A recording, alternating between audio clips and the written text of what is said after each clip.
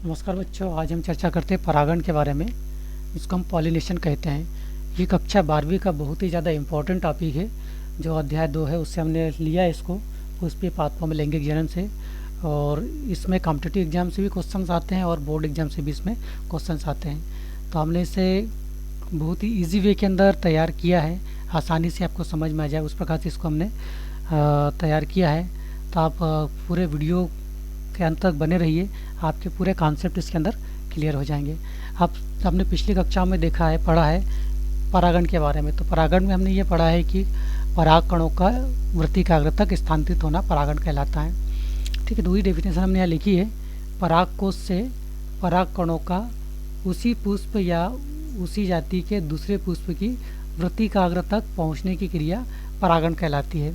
यहाँ आपको ध्यान रखना है, या तो वो उसी पुष्प की वृत्तिकाग्र तक परागकण जा रहे हैं या दूसरे पुष्प की वृत्तिकाग्र तक परागकण स्थानांतरित हो रहे हैं, उसे हम क्या बोलेंगे, परागण कहेंगे। इसकी हम डेफिनेशन इस प्रकार से इंग्लिश में बता सकते हैं: the process of transfer of pollen grains from the anther to the stigma of the same flower और another flower of the same species. आपको ये भी ध्यान रखना है, उसी जाति का होना चाहिए, उसी जाति में ये ट्रांसफ़र होगा। इससे क्या बोलाता है, इस कॉल्ड द पॉलिनेशन कहते हैं इसको। अब इसके टाइप्स की बात करें पॉलिनेशन की, तो परागण के जो प्रकार है आवर्तबीजी पौधों के अंदर हम एंजियोस्पर्म में देखें तो हमको दो प्रकार के परागण की प्रोसेस दिखाई देती है। एक आता है स्वपरागण, जिसको हम बोलते हैं सेल्फ पॉलिनेशन, और दूसरा आता है पर परागण, जिसको हम बोलते हैं क्रॉस पॉलिनेशन। तो हम अगले इसमें आगे की ओर इन दोनों के बारे में डिटेल स्टडी हम करते हैं। उसके पहले हमने कुछ फ्लो चार्ट बनाया है, उस फ्लो चार्ट में इसका क्लासिफिकेशन लिखा है, तो आप इसे नोट कर सकते हो ताकि आपको आसानी से ये याद हो जाए। पॉलिनेशन को हमने दो भागों में डिवाइड किया, जैसा पहले बताया है। फर्स्ट हमने बताया स्वपरागण, या इसको बोलते हैं सेल्फ पॉलिनेशन, और सेकंड जो होता है वो होता है पर परागण, या इसको बोलते हैं हम क्रॉस पॉलिनेशन। जो स्वपरागण होता है उसको हमने फर्दर टू कैटेगरीज में डिवाइड किया है। एक होता है स्वयुग्मन, या इसको बोलते हैं ऑटोगेमी कहते हैं, और दूसरा जो होता है वो है सजात पुष्पी परागण, या इसको गेटनोगेमी कहा जाता है। तो क्वेश्चन जो बनते हैं वो ऑटोगेमी किसे कहते हैं, गेटनोगेमी किसे कहते हैं, इसके बारे में क्वेश्चन बनते हैं। और ऑटोगेमी के कौन कौन से टाइप्स होते हैं उसके बारे में क्वेश्चन यहाँ पर बनते हैं। जो क्रॉस पॉलिनेशन है या पर परागण है, उसे फर्दर हमने थ्री कैटेगरी में कैटेगराइज किया है। एक आता है वायु के द्वारा परागण, मतलब हवा के माध्यम से यदि पॉलिनेशन होता है। ये पॉलिनेटिंग एजेंसी, चूँकि पर परागण के अंदर क्या होगा, पॉलिनेटिंग एजेंसीज यहाँ काम करेगी, तो उन पॉलिनेटिंग एजेंसीज या किसके द्वारा परागण किया जा रहा है उस आधार पर हमने इसको डिवाइड किया हुआ है। सबसे पहला जो हमने लिया है इसमें वायु के द्वारा, एयर के माध्यम से पॉलिनेशन होना, इसको बुलाता है एनिमोफिली, इसको कहा जाता है। सेकंड जो एजेंसी है वो है जल परागण, पानी के माध्यम से परागण होना, उसको हाइड्रोफिली कहा जाता है। और थर्ड जो लिया हमने वो लिया है आपका जंतुओं के द्वारा पॉलिनेशन होना, तो जंतुओं के द्वारा पॉलिनेशन होना उसको बोलते हैं जंतु परागण का कहते हैं, या जूफिली कहते हैं। अब जंतु द्वारा जो पॉलिनेशन की प्रक्रिया होती है उसे हम चार भागों के अंदर अध्ययन कर सकते हैं। फर्स्ट आता है इंसेक्ट के माध्यम से, कीटों के द्वारा जो पॉलिनेशन की प्रक्रिया होती है उसको एंटोमोफिली कहा जाता है। और दूसरा आता है आपका पक्षियों के द्वारा परागण की प्रक्रिया, पक्षियों के माध्यम से भी पॉलिनेशन की प्रक्रिया होती है, वो भी एक पॉलिनेटिंग एजेंसी के रूप में कार्य करते हैं, तो उससे हम बोलते हैं ऑर्निथोफिली कहते हैं। दूसरा आता है आपका, थर्ड आता है चमगादड़ के द्वारा पॉलिनेशन होना, या चमगादड़ के द्वारा परागण होना, इसको हम बोलते हैं चेरोप्टेरोफिली कहते हैं, इसको चेरोप्टेरोफिली कहते हैं। और फोर्थ जो आता है स्नेल के माध्यम से, या जिसको हम बोलेंगे घोंघा के द्वारा पॉलिनेशन की प्रक्रिया, परागण की प्रक्रिया, इसको मेलाकोफिली कहा जाता है। तो इस प्रकार से एक चार्ट में हमने जो पॉलिनेशन है, परागण है, उसको पूरी तरह से डिवाइड करके रखा हुआ है। तो आप यदि चार्ट को नोट कर लोगे तो आपको इसे याद करने में आसानी होगी। आगे हम चले सेल्फ पॉलिनेशन के बारे में अध्ययन करते हैं, या स्वपरागण जिसको हम बोलते हैं। अब थोड़ा सा इसको समझने का प्रयास करिएगा कि जब एक पुष्प के परागकण उसी पुष्प के वृत्तिकाग्र पर या उसी पौधे के अन्य पुष्प के वृत्तिकाग्र पर स्थानांतरित होते हैं, तब इसे हम स्वपरागण कहते हैं। सेल्फ पॉलिनेशन के दो बातें यहाँ पर आ रही है। फर्स्ट कंडीशन क्या आ रही है कि सेम फ्लावर, कौन सा, सेम फ्लावर आ रहा ना, सेम फ्लावर यदि आ रहा है उसमें यदि उसके जो पोलन ग्रेन है एंथर से निकलकर उसकी स्टिग्मा तक जा रहे हैं सेम फ्लावर के, वो कंडीशन बन रही है। सेकंड हम बताएं तो क्या रहा है, क्या रहा है, उसी जाति का अदर फ्लावर, कौन सा, अदर फ्लावर है, अदर फ्लावर और कैसा है, उसी जाति का है। तो दो कंडीशन यहाँ पर बनेगी स्वपरागण में, सेल्फ पॉलिनेशन में, या तो जो पुष्प के जो परागकण है उसी जाति के पुष्प की प्रतिकाग्र पर गिरेगा, मतलब वही पुष्प सेम होगा, या फिर उसी जाति के किसी दूसरे पुष्प की प्रतिकाग्र पर जाकर स्थानांतरित होगा, ये सेल्फ पॉलिनेशन कहलाता है। तो इस प्रकार के परागण के लिए जो पुष्प होते हैं वो कैसे होते हैं, बाइसेक्सुअल पुष्प होंगे, या जो प्लांट्स होंगे वो मोनोसियस प्रकार के प्लांट्स होंगे, मोनोसियस प्रकार के प्लांट्स या फिर बाइसेक्सुअल प्रकार के पुष्प यहाँ देखने को मिलेंगे। हम आगे हम इसको देखते हैं कि क्या इसका मीनिंग होता है। तो इसको हम दो भागों के अंदर कैटेगराइज कर सकते हैं, स्वपरागण को या सेल्फ पॉलिनेशन को। इस पहला आता है स्वयुग्मन, जिसको हम ऑटोगेमी कहते हैं, स्वयुग्मन या ऑटोगेमी। ऑटोगेमी को यदि हम डिवाइड करें वर्ड को, तो ये दो शब्दों से, ग्रीक के दो वर्ड से मिलकर बना है। ऑटो जिसका मतलब होता है सेल्फ और गेमस मतलब होता है मैरिज। तो यहाँ पर जो परागकण है वो उसी पुष्प की स्टिग्मा पर स्थानांतरित होते हैं, मतलब पहली वाली कंडीशन, सेम फ्लावर के स्टिग्मा पर ये जो एंथर होंगे वो एंथर से परागकण स्थानांतरित होंगे। तो हम इसमें इस प्रकार देख सकते हैं, इस प्रकार के परागण या स्वपरागण में एक पुष्प के परागकण उसी पुष्प की वृत्तिकाग्र पर स्थानांतरित होते हैं। फॉर एग्जांपल यदि मैं यहाँ पर एक डायग्राम बनाऊँ तो यहाँ पर जो होगा वो ये पुष्प का हम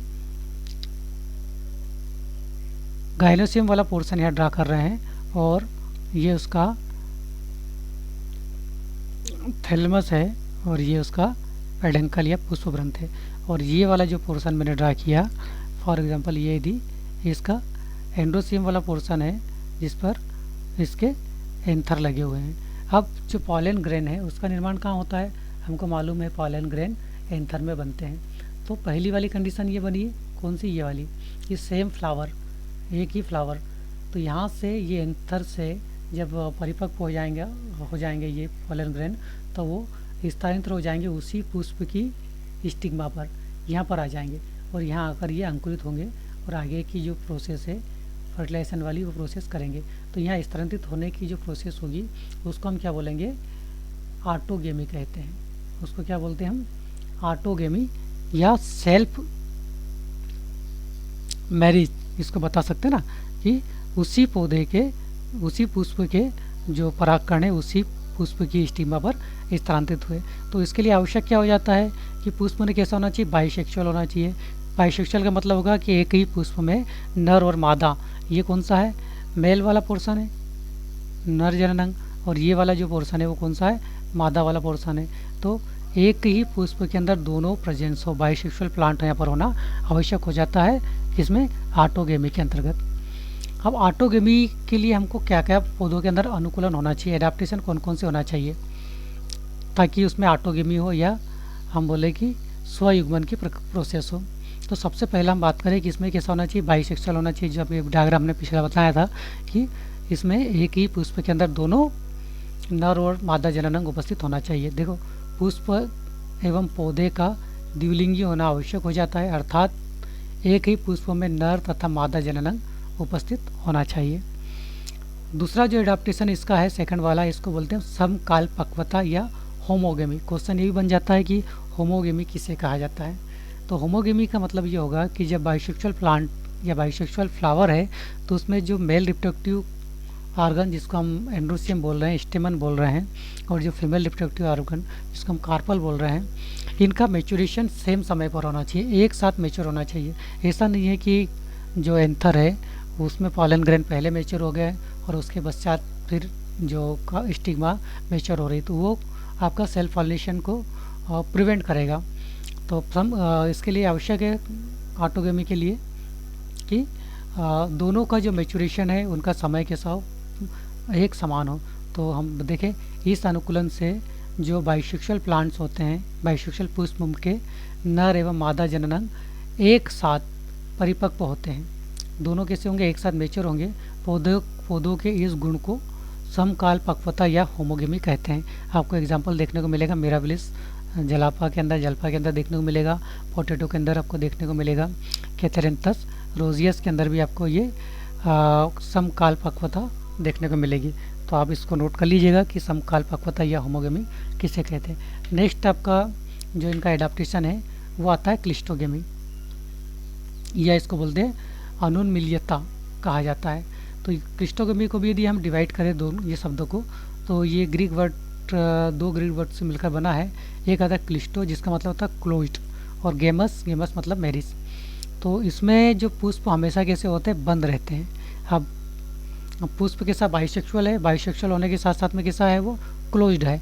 अब बाइसेक्सुअल और क्लोज्ड दोनों कंडीशन यहाँ पर आ गई है, मतलब इसमें एंथर भी है और स्टिग्मा भी है, मेल जननांग भी है और मादा जननांग भी है, और पुष्प कैसा है? क्लोज्ड है। तो पर परागण की संभावना तो पूरी तरह से यहाँ पर ख़त्म ही हो चुकी है। यहाँ पर सिर्फ स्वपरागण या सेल्फ पॉलिनेशन ही हो सकता है। तो इस गुण को जिसके अंदर फ्लावर जो होते हैं वो बंद होते हैं, क्लिस्टोगेमी इसको कहा जाता है, कि क्लिस्टोगेमस प्रकार के फ्लावर्स इसको कहते हैं ना। तो आपको हमेशा इसको याद रखना है कि पुष्प हमेशा कैसे होते हैं? बंद रहते हैं, जिससे दूसरे पुष्प के परागकण इन पर नहीं आ सकते, मतलब पर परागण नहीं हो सकता। पादपों के इस गुण को क्लिस्टोगेमी कहा जाता है। इसका एग्जाम्पल ऑक्जेलिस है, वियोला है और कोमेलिना है। कोमेलिना के अंदर आपको दो प्रकार के फ्लावर्स देखने को मिलेंगे। एक जो नॉर्मल फ्लावर्स होते हैं, ये डायग्राम में आपको दिखाई दे रहा है, ये इसको केस्मोगेमस कहते हैं, जो ओपन रहते हैं। और दूसरे प्रकार के फ्लावर्स यदि मैं गोला लगा के यहाँ बताऊँ, तो ये जो फ्लावर्स होंगे वो आपको अंडरग्राउंड दिखेंगे ज़मीन के अंदर, और ये कैसे दिख रहे हैं? आपको बंद दिखेंगे, बंद अवस्था या क्लोज्ड होते हैं। इसको बोलते हैं क्लिस्टोगेमस प्रकार के फ्लावर। तो क्लिस्टोगेमस प्रकार के फ्लावर में हमेशा जो पॉलिनेशन होता है वो कैसा होगा?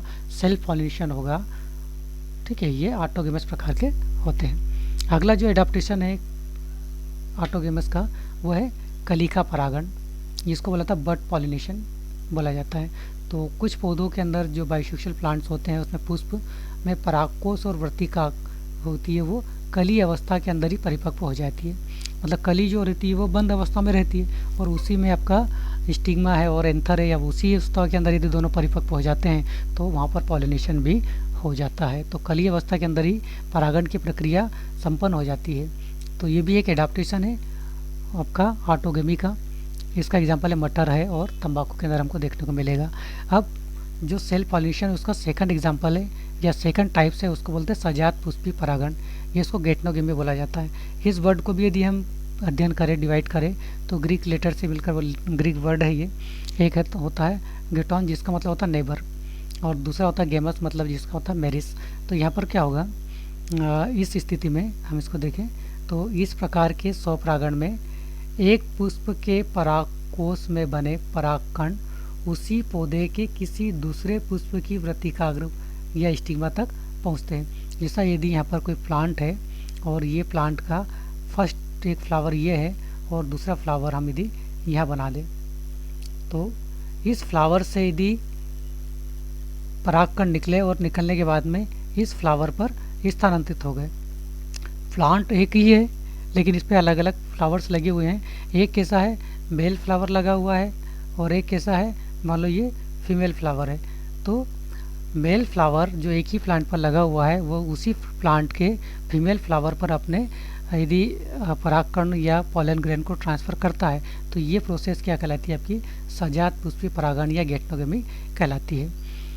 तो ऐसे पौधों को हम गेटनोगेमी, ऐसे पौधे जिनमें गेटनोगेमी पाई जाती है उसमें जो परागण पाया जाता है, परागण में जो एडाप्टेशन है वो पर परागित पुष्पों के समान ही हमको देखने को मिलता है ना। तो ये गेटनोगेमी का भी क्वेश्चन बन जाता है। ऑटोगेमी किसे कहते हैं, गेटनोगेमी किसे कहते हैं, क्लिस्टोगेमस किसे कहते हैं, तो ये कुछ क्वेश्चन बनते हैं। तो आई होप आपको ये चीज़ें समझ में आई होगी। आगे हम देखें तो इसके एडवांटेज देख लेते हैं कि क्या क्या इसके लाभ है स्वपरागण के।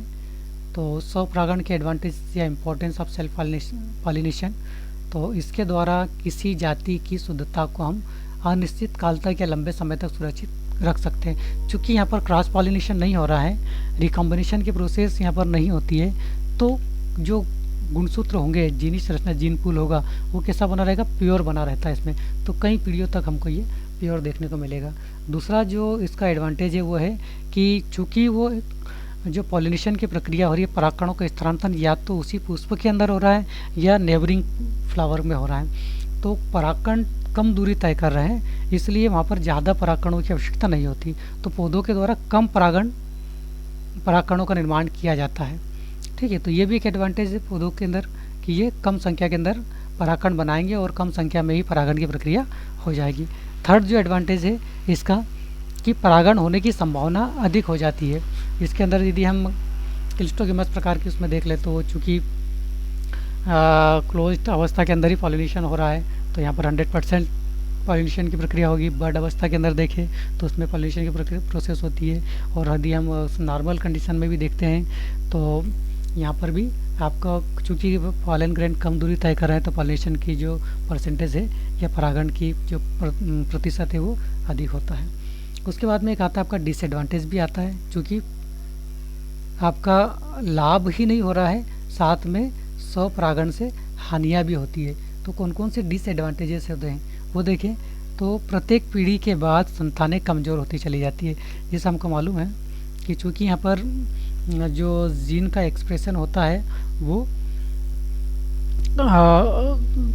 यहाँ रिकॉम्बिनेशन की प्रोसेस नहीं हो रही है। जो गुणसूत्र का जो एक्सप्रेशन है वो एक पीढ़ी से दूसरी पीढ़ी के अंदर जाने पर जो एक्सप्रेस नहीं हो रहे हैं वो भी क्या करेंगे, अपना एक्सप्रेशन दिखाना चालू कर देंगे, चूँकि शुद्धता उनके अंदर बनी रहती है। तो धीरे धीरे करके ही संतानें इसकी होगी वो कैसी हो जाएगी, कमज़ोर हो जाएगी। मतलब उर्वरता या फर्टिलिटी भी हम बता सकते हैं इसमें, वो भी इसकी कैसी हो जाएगी, कम होती चली जाती है। सेकंड इसका आता है कि यहाँ पर नई जाति और किस्म की जो बनने की संभावना है वो भी कम हो जाती है, क्योंकि नए गुणसूत्र यहाँ पर मिल नहीं रहे हैं। यहाँ पर सिर्फ म्यूटेशन के माध्यम से ही या उत्परिवर्तन के माध्यम से नई जाति यहाँ पर इस स्थिति में बनेगी। लेकिन चूँकि दूसरे गुणसूत्र यहाँ पर नहीं आ रहे हैं, दूसरी प्रजाति के गुणसूत्र यहाँ पर नहीं मिल रहे हैं, दूसरे प्लांट्स के गुणसूत्र यहाँ पर नहीं आ रहे हैं, तो नई जाति की संभावना भी यहाँ पर ख़त्म हो जाती है।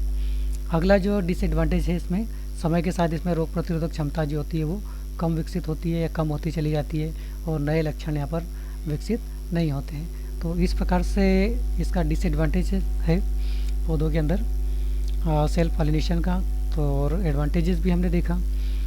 तो आपको उम्मीद है कि आपको ये टॉपिक समझ में आया होगा। यदि आपको ये टॉपिक समझ में आया है तो आप हमारे जो नेक्स्ट लेक्चर है उसके लिए बने रहिएगा और हमारे चैनल को सब्सक्राइब करिएगा और बेल आइकन को प्रेस करिएगा, ताकि हमारा जो नया वीडियो आएगा वो आप तक उसका नोटिफिकेशन पहुंच पाए और कंटिन्यूटी के अंदर आपको ये वीडियोस देखने को मिलेंगे, जिससे आपकी जो भी क्यूरीज होगी इस टॉपिक से संबंधित या 12th की जो पूरी लेसन्स है वो हम कंप्लीट कर रहे हैं, और उसके अंदर आपकी जो भी समस्या होगी वो हमें कमेंट्स बॉक्स के अंदर आप लिखकर बताइएगा, तो हम उसको सॉल्व करने का प्रयास करेंगे। तो ठीक है, हम अगले जो लेक्चर है उसमें हम क्रॉस पॉलिनेशन के बारे में चर्चा करेंगे।